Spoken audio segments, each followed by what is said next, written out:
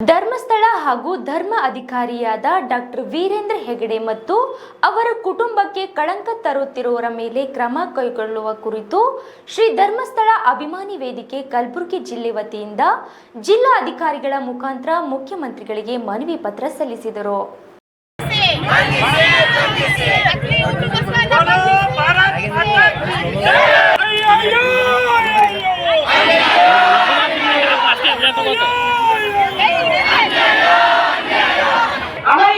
ಪ್ರಕರಣ ದಾಖಲೆ ಮಾಡಿದ್ರೆ ಉಳಿದವ್ರು ಮಾತಾಡ್ತಿರ್ಲಿಲ್ಲ. ಒಬ್ಬಟ್ಟು ಇಬ್ಬರಾದ್ರು, ಇಬ್ರು ಬಿಟ್ಟು ಮೂರಾದ್ರು, ನಾಲ್ಕು ಬಿಟ್ಟು ಐದಾಗ್ಯಾರ, ಮತ್ತೆ ಒಬ್ರಾಗನ ಒಬ್ರು ಬಂದಿದ್ದ. ಅದಕ್ಕಾಗಿ ನಮ್ಮ ಮನವಿ ಇಷ್ಟೇ, ಅವರ ವಿರುದ್ಧ ಪ್ರಕರಣ ದಾಖಲೆ ಆಗ್ಬೇಕು. ಶ್ರೀ ಕ್ಷೇತ್ರ ಧರ್ಮಸ್ಥಳ ಜೊತೆಗೆ ನಾವೆಲ್ಲ ಇರ್ತೇವೆ. ಸೌಜನ್ಯ ಪ್ರಕರಣ ಸಂಬಂಧಪಟ್ಟಾಗೆ ಈಗಾಗಲೇ ನಾವು ಹೋರಾಟ ಮಾಡಿದ್ದೇವೆ, ಇನ್ನ ಮುಂದಾದ್ರೂ ನಾವು ಮಾಡ್ತೇವೆ. ಎಲ್ಲಾ ಪ್ರಕರಣಗಳಲ್ಲಿ 2 ಬಾರಿ ಮಕ್ಕಳು ಪರೀಕ್ಷೆಯನ್ನ ಮಾಡಿ ಸಿಐಡಿ ತನಿಖೆ ಆದಂತ ಪ್ರಕರಣ ಯಾವ್ದಾದ್ರು ಇತ್ತಂತಂದ್ರೆ ಅದು ಯಾವ್ದು ಅಂತಂದ್ರೆ ಸೌಜನ್ಯ ಪ್ರಕರಣ. ಈಗಲೂ ಕೂಡ ಅವ್ರ ಜೊತೆಗೆ, ಅವರ ಪ್ರಕರಣ ಜೊತೆಗೆ ಅವ್ರ ಜೊತೆ ತೊಂದರೆ ಆಯ್ತು ಅಂತಂದ್ರೆ ತಾವು ನಮ್ಮ ತನಿಖಾಧಿಕಾರಿ ನಾವು ಕೂಡ ಬರ್ತೇವೆ. ಇನ್ನ ಒಂದೇನು ಅಂತಂದ್ರೆ ನಿನ್ನೆ ಹೌಸ್ನಲ್ಲಿ ಶ್ರೀ ಕ್ಷೇತ್ರ ಧರ್ಮಸ್ಥಳದ ವಿಷಯಕ್ಕೆ ಆಡಳಿತ ಪಕ್ಷದವರಾಗಿ ವಿರೋಧ ಪಕ್ಷದವರಾಗಿ ಈ ವಿಷಯವಾಗಿ ಮಾತನಾಡಲಿಕ್ಕೆ ಅವಕಾಶ ಕೊಡ್ತಾ ಇಲ್ಲ. ಯಾಕೆ ಅವಕಾಶ ಕೊಡ್ತಾ ಇಲ್ಲ? ಅವಕಾಶ ಕೊಡಬೇಕು. ಯಾಕಂದ್ರೆ ಶ್ರೀ ಕ್ಷೇತ್ರ ಧರ್ಮಸ್ಥಳದ ವೀರೇಂದ್ರ ಹೆಗಡೆ ಅವರು ಯಾವುದೇ ಪಕ್ಷ ನೋಡ್ಲಿಲ್ಲ, ಯಾವುದೇ ಧರ್ಮ ಆಗ್ರಹ ಮಾಡ್ತೀನಿ.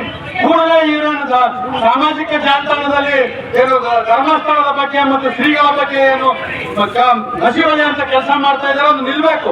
ಯಾಕಂದ್ರೆ ಇವತ್ತಿನ ದಿನ ಶ್ರೀ ಕ್ಷೇತ್ರ ಧರ್ಮಸ್ಥಳದ ಒಂದು ಯೋಜನೆ, ಗ್ರಾಮಾಭಿವೃದ್ಧಿ ಯೋಜನೆ ಎಷ್ಟು ಕೆಲಸ ಮಾಡ್ತಾ ಇದೆ ಅಂತಂದ್ರೆ ನಮ್ಗೆಲ್ಲ ಬಹಳಷ್ಟು ಜನರಿಗೆ ಇದು ಗೊತ್ತಿಲ್ಲ. ಸುಮಾರು ವರ್ಷಗಳಿಂದ ಈ ಒಂದು ಸ್ವಸಹಾಯ ಸಂಘಗಳನ್ನು ಮಾಡಿ ಗ್ರಾಮೀಣ ಜಿಲ್ಲೆಯಲ್ಲಿ ಗ್ರಾಮೀಣ ಪ್ರದೇಶದಲ್ಲಿ ಇರ್ತಕ್ಕಂಥ ಕೃಷಿಕರಿಗಿರ್ಬೋದು, ಬಡವರಿಗಿರ್ಬೋದು, ರೈತರಿಗಿರ್ಬೋದು ಅನೇಕ ಏನಪ್ಪಾ ಅಂದ್ರೆ ಸೌಲಭ್ಯಗಳನ್ನು ಇವತ್ತು ನಮ್ಮ ಧರ್ಮಸ್ಥಳ ಕ್ಷೇತ್ರ ಮಾಡ್ತಾ ಇದೆ.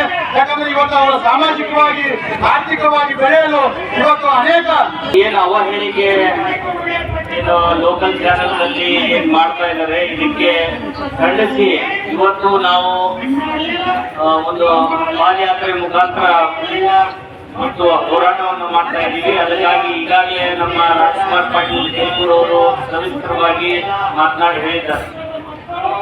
ಇದು SIT ಫಾರ್ಮೇಶನ್ ಏನ್ ಮಾಡಿದೆ, ಇನ್ನೂ ಅದ್ರ ತೀರ್ಪೇ ಬಂದಿಲ್ಲ. ತೀರ್ಪು ಬರೋಕ್ಕಿಂತ ಮುಂಚೆ ಏನ್ ಇವ್ರ ಅವ್ಯವಹಿಕ ಇವ್ರೇನ್ ಮಾತಾಡ್ತಾ ಇದಾರೆ, ಇವ್ರಿಗೆ ಕಡಿವಾಣ ಹಾಕಿ ಯಾವ ರೀತಿ ಇವ್ರಿಗೆ ನೀವು ಬಂಧಿಸಿ ಇವ್ರ ಬಾಯಿ ಮುಚ್ತೀರಿ, ಅಥವಾ ನಾವೇ ಹೋರಾಟದ ಮುಖಾಂತರ, ಉಗ್ರ ಹೋರಾಟದ ಮುಖಾಂತರ ಇವರು ಬಾಯಿ ಮುಚ್ಚಬೇಕಾಗ್ತದೆ ಅಂತಕ್ಕಂಥ ಸಂದೇಶವನ್ನು ಇಷ್ಟಪಡ್ತೀನಿ.